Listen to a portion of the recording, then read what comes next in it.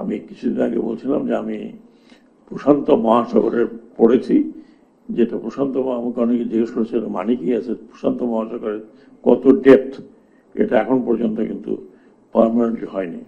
এখানে দুজন ছাত্র, একজন ছাত্র একজন ছাত্রী আছেন, তাদেরকে আমি অন্তত অভিনন্দন জানাচ্ছি যে তাদের কারণে আমরা এখানে এসছি, বসছি, আসার কথা ছিল না, এবং তাদের কারণে তাদের রক্তের বিনিময়ে আমরা একটা দুঃস্বপ্ন থেকে বের হয়েছি, এটা বলবো। কিন্তু দুঃস্বপ্ন দূর করতে পারলাম কিনা সেটা বলা খুব মুশকিল এই মুহূর্তে। কিন্তু তারপরেও দুজন সিয়াম সিয়াম সিয়াম আমার সাবজেক্টের ছাত্র, আমার এটা শুনেই ভালো লাগলো।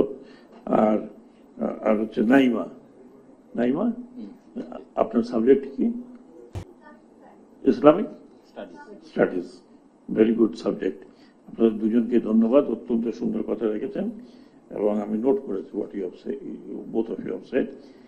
আপনারা সবাই যারা যারা বলেছেন আমি প্রায় নোট করেছি। আমি একটা সামারি চেয়েছি, যদি দেয় আমাকে, এটা নিয়ে আমি চেষ্টা করব ফার্দার আলোচনা করার জন্য। আমি দুই একটি বিষয় একটু উল্লেখ করতে চাই। আমি মাত্র বোধহয় 7 দিন কি 8 দিন স্বরাষ্ট্র মন্ত্রণালয় ছিলাম, ওদের সাথে আমার আলাপ হয়েছে, খুব ডিটেইল আলাপ হয়েছে। আমি আমার পরিকল্পনাটা বলেছিলাম এবং পুলিশকে যখন অ্যাড্রেস করি, যখন তাদেরকে বের করি, তার আগে একটা কথা বলেছিলাম যে দানবিক পুলিশ থেকে আমি মানবিক পুলিশ বানাবার চেষ্টা করব। এবং তারা আমার সাথে দারুণ ইন্টারেক্ট করেছে, তাদের প্রবলেমগুলো ইন্টারেক্ট করেছে। তারা আমাকে 11 দফা একটা 13 দফা 13 দফার ডিমান্ড দিয়েছে। তার বেশিরভাগের সঙ্গে বলছি আমি ওই তোমাদের দাবির সাথে আমি একমত, কারণ আমিও ওইগুলো অনেক কিছু, বিশেষ করে পুলিশ কমিশনের ব্যাপারে আমি অত্যন্ত দৃঢ়। যদি আমার কিছু করার থাকে তাহলে আমি পুলিশ কমিশন করব, কিন্তু পুলিশ কমিশন অনেকে করতে দিতে চায় না, তার কারণ আপনারা ভালো করে জানেন। এবং এটা করতে গেলে যিনি দায়িত্বে আছেন, সরফরাজ হোসেন বোধহয় ওনার নাম, আমি চেষ্টা করবো ওনার সাথে আগ বাড়িয়ে কথা বলতে। কারণ আমাদের দেশের পুলিশকে মানবাধিকার যদি বলেন, আমাদের দেশের পুলিশকে দিয়ে শুরু হয় মানবাধিকার লঙ্ঘন। এবং আমার মনে আছে, দিল্লু এখানে বসে আছেন, আমি লাস্ট যখন টক শো করি, এই তখন ছাত্র আন্দোলন একদম তুঙ্গে, মারা যাচ্ছে একদম ঝাঁকে ঝাঁকে, তখন আমি খুব চোখ ভাষায় ওনাকে বলছিলাম যে আমি যখন দেখি এই পুলিশের কর্মকাণ্ড, আমার কাছে মনে হয় না আমাদের দেশের পুলিশ। উনি উইটনেস আছেন এখানে, রেকর্ডেড আছে, আমি কথা বলতে পারছিলাম না। আমি বললাম যে এইভাবে সন্তানদের হত্যা করা কোন বাঙালি পুলিশ করে? আমি বারবার বলেছি যে এ আমাদের দেশি পুলিশ নয়। এমনকি ব্লক কি হচ্ছিল, ব্লক রেড, এটা আমি কাশ্মীরের ব্যাপারে শুনেছিলাম। It came from there, block red. আমি এর আগে কিন্তু পুলিশের মুখে শুনিনি। আমি বলেছিলাম যে why riot police was given 7.62 39 type, মানে এটা একটা সাংঘাতিক মরণাস্ত্র, যেটা হচ্ছে যুদ্ধক্ষেত্রে ইউজ হয়। এটা এটা আমি বলেছিলাম কোন সময় থেকে এটা কে দিয়েছে, এটাও ইনভেস্টিগেশন করা দরকার, কেন দিয়েছে। পুলিশের হাতে তো এই ধরনের অস্ত্র থাকার কথা না। এবং পুলিশকে যখন এই কথা বললাম, তারাই নিজেরাই প্রায় একবার বিমর্ষ হয়ে গেল এই ব্যাপারে। আমি বলেছিলাম যে পুলিশের অস্ত্র কিভাবে সিভিল পোশাক পরা লোকের হাতে গেল, এটা একটা বড় ইনভেস্টিগেশন হওয়া দরকার। আমার কাছে ভিডিও আছে, আমার অফিসার, মানে আমাদের অনেকের কাছে সেই ভিডিও আছে, বিশেষ করে লুঙ্গি পরে, গেঞ্জি পরে 7.62 রাইফেল নিয়ে দেওয়ার ইন অ্যাকশন। এরা কারা? যে মানবাধিকার কথা লিটন সাহেব আছেন, এখানে আছেন, আমি আশা করি এগুলো নোট করবেন, কারণ এখন আমি এসব বিষয় নিয়ে তদন্ত করব বলেছি, কিন্তু করার মতো জায়গায় আমি নেই, তবুও চেষ্টা করব। এখানে অনেক বিষয় আছে, অনেক বিষয় এসছে, ডিজিএফআই কথা আসছে। অ্যাকচুয়ালি ডিজিএফআই কাজ ছিল অন্যরকম, সেটা ছিল আন্তঃবাহিনী বা অন্যান্য বাহিনীর ভিতরে if there is any breach of security, যেটা জাতিকে ক্ষতি করতে পারে, কিন্তু ওভার দ্য ইয়ার্স আমাদের শাসকগণ একে ইউজ করেছে, এবং শেষে যে অবস্থা হয়েছে যে এমনভাবে ইউজ হয়েছে যে 4 তারিখ আমরা বক্তব্য দেওয়ার পরে যখন ডিজিএফআই ঢুকলো আমাদের এখানে, যদি এটা 5 তারিখে এই ফল না হতো, 6-7 তারিখে হতো, তাহলে আমরা বোধহয় লাস্ট হতাম আয়না করে ঢোকার। এবং দিস ওয়াজ ওয়ার্নড। ঠিক তারপরে পরেই আমাদের মধ্যে সিনিয়র মোস্ট ছিলেন প্রাক্তন সেনাবাহিনী প্রধান নুরুদ্দিন খান, ওনাকে টেলিফোনে বলা হয়েছে আপনারা এটা করলেন কি? That was asking for army not to fire means what? যখন আমি বললাম not to fire, it means sedation. এবং হাসিনা যদি আরো 3-4 দিন থাকতো, তাহলেও তো আপনি শেষ পর্যন্ত দেখতেন যে last victim of Aynaghor, myself and few others, আমি একা নই, আরো 2-4 জন থাকতো। 5 তারিখেও আমি বের হয়েছিলাম, বৃষ্টি হচ্ছিল অন দ্য রোড। আমাকে ওয়ার্ন করা হলো যে আপনি ভিতরে যান, because you are under the target of snipers. আমি আজকে কথাগুলো বলছি, আগেও বলেছি।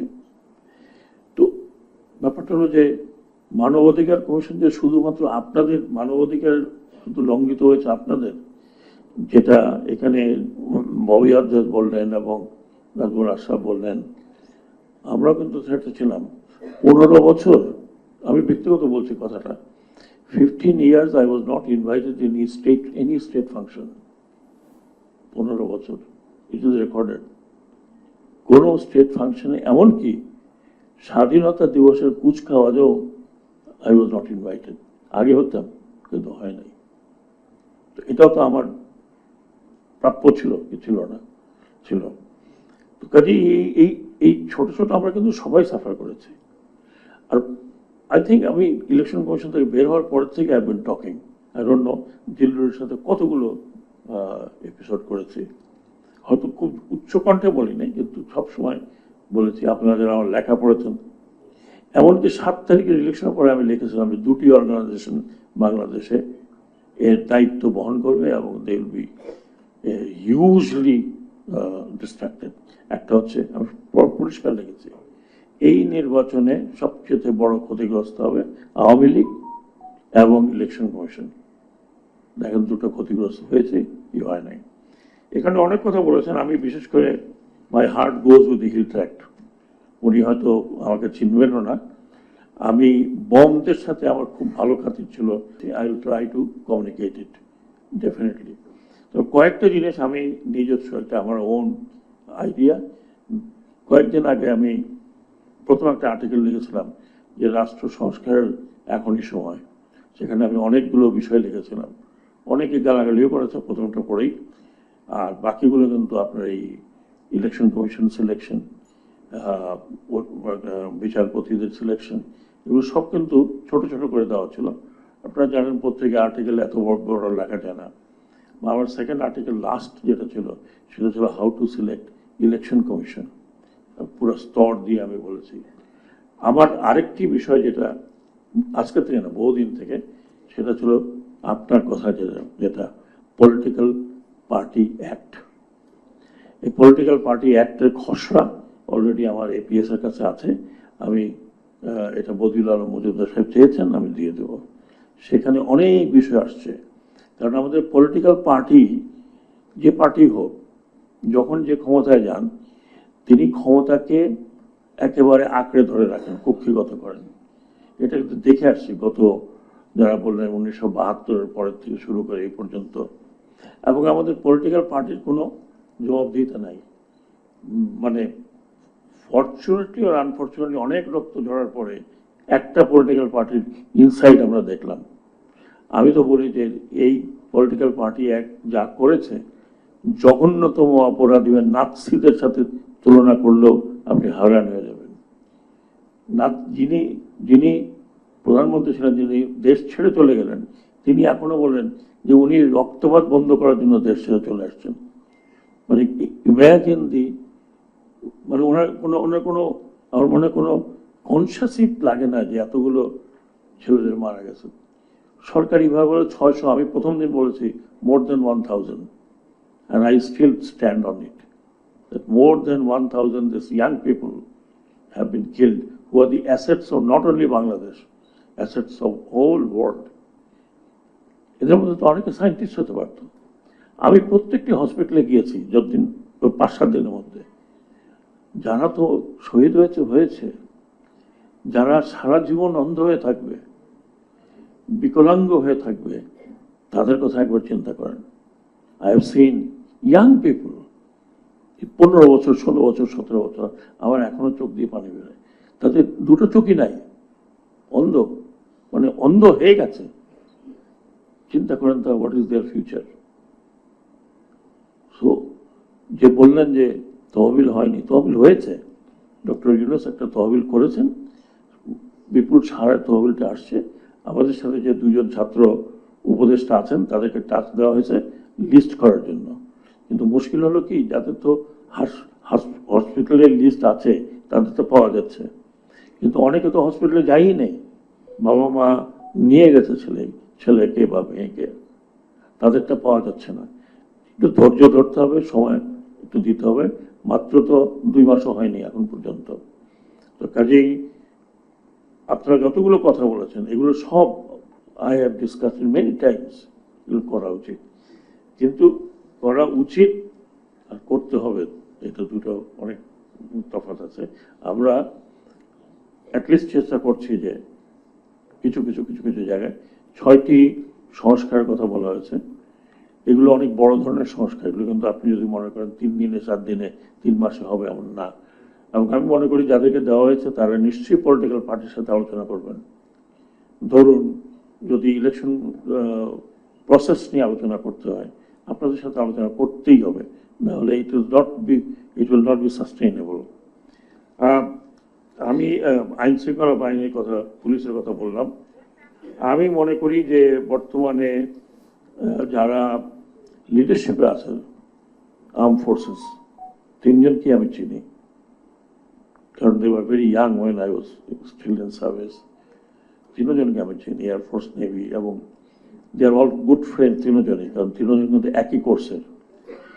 এবং আমি মনে করি যে দে are all good people, but আপনাদেরকে ওইটাও বুঝতে হবে যে তারা কিন্তু সদ্য চিফ হয়েছেন, এবং চিফ হওয়ার পরে একটা আর্মি চিনতে মিনিমাম আপনার 1 বছর লাগে, আমাদের দেশে না, সব দেশেই। তো কাজেই আমার খুব বিশ্বাস আছে, আমি মাঝে মধ্যে ইন্টারাক্ট করি, এই যতগুলো কথা বললেন এগুলো সবই ঠিক হবে। লিটন সাহেবকে আমি একটু অনুরোধ করব, আপনার প্রধান বোধহয় justice Mainul, please tell justice Mainul immediately to give a letter, immediately. Okay, যদি চলে গিয়ে থাকে আই এম শিওর উনি জাজ মানুষ, ওনার লেটার কার্যকর হবে আমি আশা করি। আর আমার পক্ষে যা হেল্প করা দরকার, ইউ লেট মি নো, আমার ক্ষুদ্র ক্যাপাসিটি আই ক্যান হেল্প। মনে রাখবেন আমি পাট বিক্রি করি আর নৌকায় পাট উঠাই, এটুকুই আমার কাজ।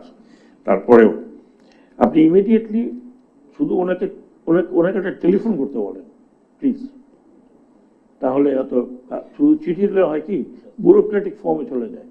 মৌখিকভাবে বলা হয়েছে আমরা 5 জন কমিশনের সদস্য সরাসরি বলতে একসাথে। না সরি, নৌকা না, জাহাজ, বলে তো নৌ মন্ত্রণালয়। না তো নৌকা কি কারো, সরি, নৌকা কি কারো দাদার প্রপার্টি? না, কোনোভাবেই না। নৌকা আমার গ্রামের লোকের নৌকা। আশ্চর্য ব্যাপার, ও কি প্রপার্টি নাকি? নৌকা তো পুলিশ আমাকে বলছে স্যার এটা উঠাই ফেলতে হবে, ওকে কালকেই উঠাবো, কিন্তু পারলাম না। আমার তাহলে মন্ত্রণালয়ের নাম বদলাইতে হবে, এটা কথা হবে জাহাজ মন্ত্রণালয়, এটার নামই অফিসিয়ালি নৌ মন্ত্রণালয়। I am sure I will propose যে ভাই এটাকে নৌ মন্ত্রণালয় না দেখে এটাকে জাহাজ মন্ত্রণালয় করো। জি, বোট মন্ত্রণালয়, জাহাজ মন্ত্রণালয়। নৌ কেন হবে? আমি তো নৌকা ছেড়ে জাহাজ চালাই, তো ভালো কথা। আশরাফ, আপনি ওকে মনে করাবেন। হ্যাঁ, I'll just change. Tomorrow, inshallah, I will see that I have suggested change. এটার নাম হবে জাহাজ মন্ত্রণালয়। আর জাহাজ আর বন্দর, জাহাজ ও বন্দর মন্ত্রণালয়। না, যে নৌতে আসা পরে যেমন নৌ আরেকজনের কি প্রপার্টি নাকি? হুজ প্রপার্টি নৌকা? নৌকা হচ্ছে আমাদের সাধারণ কৃষকের। এটা আপনারা চিন্তাই, এটা আপনারা চিন্তাই করছেন। যাই হোক, ওকে, অ্যামেন্ডমেন্ট জাহাজ এবং বন্দর মন্ত্রণালয়, ওকে, ইনশাল্লাহ it will be change, don't worry. আবার ওনারা সাংবাদিক ভাইরা আবার নতুন কিচ্ছা পারেন না, হ্যাঁ, ইনশাল্লাহ আইল চেঞ্জ দ্য নেম, আমি তো করতে পারবো না, বাট আইল প্রপোজ দ্য নেম জাহাজ ও বন্দর মন্ত্রণালয়। আমি তো নৌকা চালাই না, আমি তো জাহাজ চালাই রে ভাই। হ্যাঁ, সাধারণ লোকেরা, আমার এখানের মধ্যে নৌকা নাই, আমার মধ্যে ওটা তো আপনি বলতে পারেন, আমি বলতে পারি না। একবার শোনেন, বলে না একবার চুন খাইছি, এখন দই দেখলেও ভয় পাই, বুঝতে পারছেন? যাই হোক, সরি, একটু একটু লাইট কথাবার্তা বললাম। নাগরিক সমাজ, আমি সুব্রত বাবুকে বলছি, নাগরিক সমাজ তৈরি করেন, সিভিল সোসাইটি। আমাদের দেশে সিভিল সোসাইটি নাই। এই দুই একটা যারা আছে সিভিল সোসাইটি তৈরি করেন। কোনো সিভিল সোসাইটি দেশে না থাকলে ওই যাকে আপনি ভোট দিয়ে বসাবেন সেও করে চলার চেষ্টা করবে। There has to be very strong civil society. মানে কি বলবো আর কি, এগুলো আমার অবজারভেশন, ব্যক্তিগত অবজারভেশন। আমাদের সিভিল সোসাইটিও এই দল ওই দল সেই দল 3 দলে ভাগ হয়ে গেছে। আমি কত গালি শুনছি, বলে ও আচ্ছা আচ্ছা আপনি তো ওই দলের লোক, ওই দল বলে আরে উনি তো ওই দলের লোক। হ্যাঁ, শেষমেশ আমি নাকি আলট্রা কি বলে এটা, আলট্রা ইসলামিস্ট। তো এইগুলো আপনার একটা সিভিল সোসাইটি তৈরি করেন যেটা একটা নিউট্রাল জায়গা থেকে কথা বলবে ফর এভরিবডি। যে দেশে সিভিল সোসাইটি নাই সেই দেশে এরকম হবে। আজকে যদি আমাদের দেশে স্ট্রং সিভিল সোসাইটি থাকতো আর 100 জন দ্বারা যদি এই কথা বলতো যে মানবাধিকার লঙ্ঘন হচ্ছে, কতজনকে ধরতো? How many? কিন্তু আমরা পেনি পিটস অ্যান্ড বিটসে কথা বলেছি, সেই জন্য এভরিবডি ইজ কট আস। আমাদের কিছু সিভিল সোসাইটি গড়ে উঠেছিল, দিল ওগুলোকে ভেঙে, কোনোটা এই পন্থী, কোনোটা ওই পন্থী, কোনোটা সেই পন্থী। আমি আপনাকে রিকোয়েস্ট করবো, অ্যাটলিস্ট আপনাকে আমি বলতে পারি, আমি জানি না ফুয়াদ এই কথা নেবেন গেলে অন্তত দল করেন, হ্যাঁ, তো যারা পলিটিক্স করেন তাদের কাছে আমি বলছি আপনারা সিভিল সোসাইটি গ্রো করতে সাহায্য করুন। আর যারা যারা রাজনীতি করছেন, আমরা কিন্তু আপনাদেরকে বলি নাই যে আপনারা ভাই আমাদের কাছে আসবেন না। We need your support, we need support of every political party. তার কারণ হচ্ছে যে আমরা কতদিন থাকবো আই ডোন্ট নো। যেমন আমি বলি ভাই কতদিন থাকবো আই ডোন্ট নো, আমি কিন্তু আমার বাড়ি পরিবর্তন করি নাই। I stay in my own house and ইনশাল্লাহ stay in my own house. কিন্তু আপনারা রাষ্ট্র পরিচালনা করবেন, কাজে ইউ শুড হেল্প এই অন্তর্বর্তীকালীন সরকারকে। এটা যদি আপনি মনে করেন যে না ওরা কি করতেছে উই ডোন্ট নো, আপনার সাথে যদি দেখা হয় আপনারা এইগুলো কথা আমাদেরকে বলবেন। ইউ শুড ফোর্স এই জিনিসগুলো আপনারা দেখেন। কিন্তু আমি মনে করি যে শুধুমাত্র ক্রিটিসিজম নয়, অফকোর্স ইউ শুড ক্রিটিসাইজ, কিন্তু আপনারা যদি আমাদেরকে হেল্প না করেন তাহলে এই আমাদের এই কতজন লোক দিয়ে কাছ থেকে অনেক কিছু আশা করতে পারে না। ইটস নট, এটা কিন্তু না, মানে কেয়ারটেকার গভর্নমেন্ট না। কেয়ারটেকার গভর্নমেন্ট তো আপনি জানেন অল্প সময়ের জন্য সাপোর্টেড রুটিন কাজ করবে। কিন্তু অন্তর্বর্তীকালীন সরকার আমরা সিনসিয়ারলি ওয়ান্ট দ্যাট অন্তত আমরা একটা লাইনে রাষ্ট্র কাঠামোটাকে নিয়ে যাই। আপনি রাষ্ট্র কাঠামো যখন কথা বলছেন, আমি মনে করি রাষ্ট্র কাঠামোর অনেক বিষয় আছে যেগুলোকে চেঞ্জ করতে হবে। ফর এক্সাম্পল, আপনারা প্রেস করেন that we need 2 chamber, upper chamber, lower chamber. আপনারা প্রেস করেন that we need recall system, press করেন। অনেক বিষয় আছে যেগুলো আপনারা প্রেস করতে পারেন, অনেক বিষয় আছে। আমি বলতে গেলে অনেকক্ষণ বলতে পারতাম। আর এখানে জয়া আছেন না, আপনাকে কিন্তু আইডেন্টি কার্ড, এনআইডি কার্ড আপনাদের হাতে তুলে দিয়েছি। আপনাদেরকে ভোটার লিস্টে আমরা নিয়ে আসছিলাম বহু বছর আগের কথা।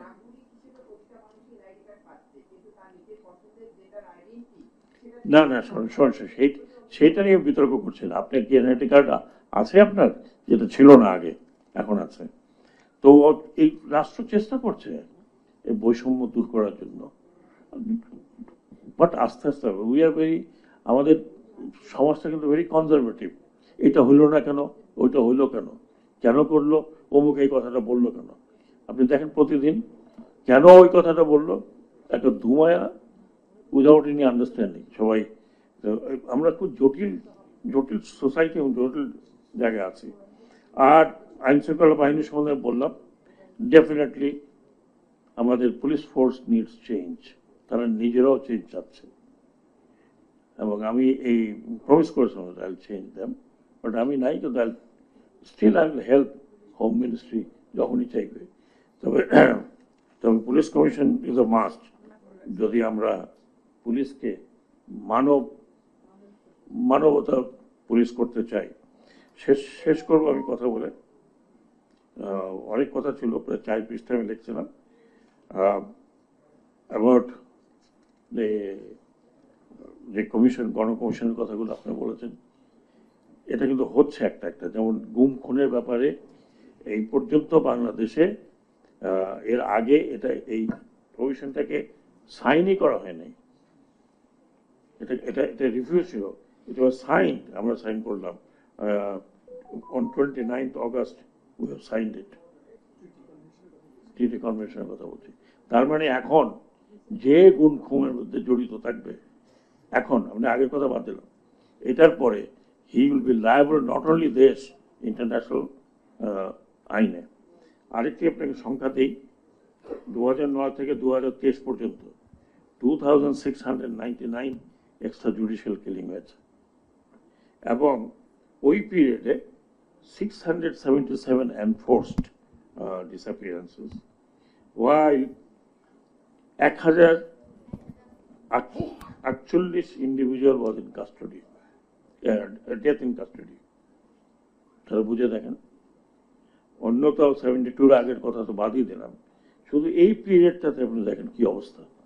ইট ওয়াজ in one word, it was a draconian government, and it was a draconian, আমি তো মনে করি all these people নিয়ে আসার দরকার নেই, in absentia they should be tried, just like নরমবাগ ট্রায়াল। এই আমাদের রেগুলার ট্রায়াল হবে কিনা আমি জানি না, সরি, এখানে করেন, they should be tried। আমি অমুককে নিয়ে আসবো তারপরে করবো, evidence is very much there. আপনি একা গুলি না করেন, হুকুম দিয়েছেন, আপনার তত্ত্বাবধানে এটা হয়েছে, কি চান আপনি? অল এভিডেন্সেস আর দেয়ার। ইন্টারন্যাশনাল কোর্টে তো ডেফিনেটলি, আমি মনে করি ডক্টর ইউনূস সাহেব কালকে পরশু দেখা করেছেন আইসিসি প্রসিকিউটরের সাথে, এবং chief prosecutor, and the chief prosecutor has taken a note. এবং ইন্টারেস্টিংলি আমাদের পার্শ্ববর্তী দেশের হঠাৎ করে কেমন যেন লাগলো, ও পাকিস্তানি অরিজিন লিখছে, আমি পড়লাম, পাকিস্তানি অরিজিনটা বলে নাই, তো পাকিস্তানি অরিজিন লিখছে। তো এইগুলো আমরা খুব বিপদের মধ্যে আছি। Therefore, we should be very tolerant. সামনে এত বড় ধরনের দুর্গাপূজা আছে, please see that this is not disturbed for our national security. আমি অন্য কিছু না, they are also our citizen, and we must protect our all citizens, whether তারা মাইনরিটিতে হোক অথবা মেজরিটিতে হোক। এটাও কিন্তু মানবাধিকার কমিশন, এবং আমি আশা করি, আমি পলিটিক্যাল পার্টির সাথে বলছি, আপনারা দুজন, একজন তো ববি হাজ্জাজ এখানে নেই, প্লিজ, ও 3 জন আছেন আপনারা, please, this is your duty to protect all citizens right. শুধু আমাদেরকে মুখের দিকে তাকালে হবে না, পুলিশের মুখের দিকে তাকালে হবে না। পুলিশ এখন পর্যন্ত for natural purpose they are not still that active. আমি অনেক ধন্যবাদ জানাচ্ছি সিডিএসকে, আমি অনেক সময় নিয়ে নিয়েছি, প্লিজ ফরগিভ মি। আমাকে 3 ঘন্টা বসায় রাখছেন, অন্তত 10-15 মিনিটও কথা বলতে দিবেন না, হ্যাঁ? তাহলে তো ওটা মানবাধিকার। আমরা কিন্তু বাধা দিইনি আপনাকে। না, বাধা দেন নাই, আমি নিজে বুঝতেছি যে আমার খিদে লাগছে যখন, তখন সবারই খেতে লেগেছে, I can hold them. So I am sorry, আমি আপনাদের অপরিচিত কেউ নই। উনি একটা প্রশ্ন হ্যাঁ, আমি আপনাদের অপরিচিত কেউ নেই। আমার ভুল ত্রুটি অনেক অতীত হয়েছে, এখনো হতে পারে, কাজ করতে গেলেই ভুল ত্রুটি হবে।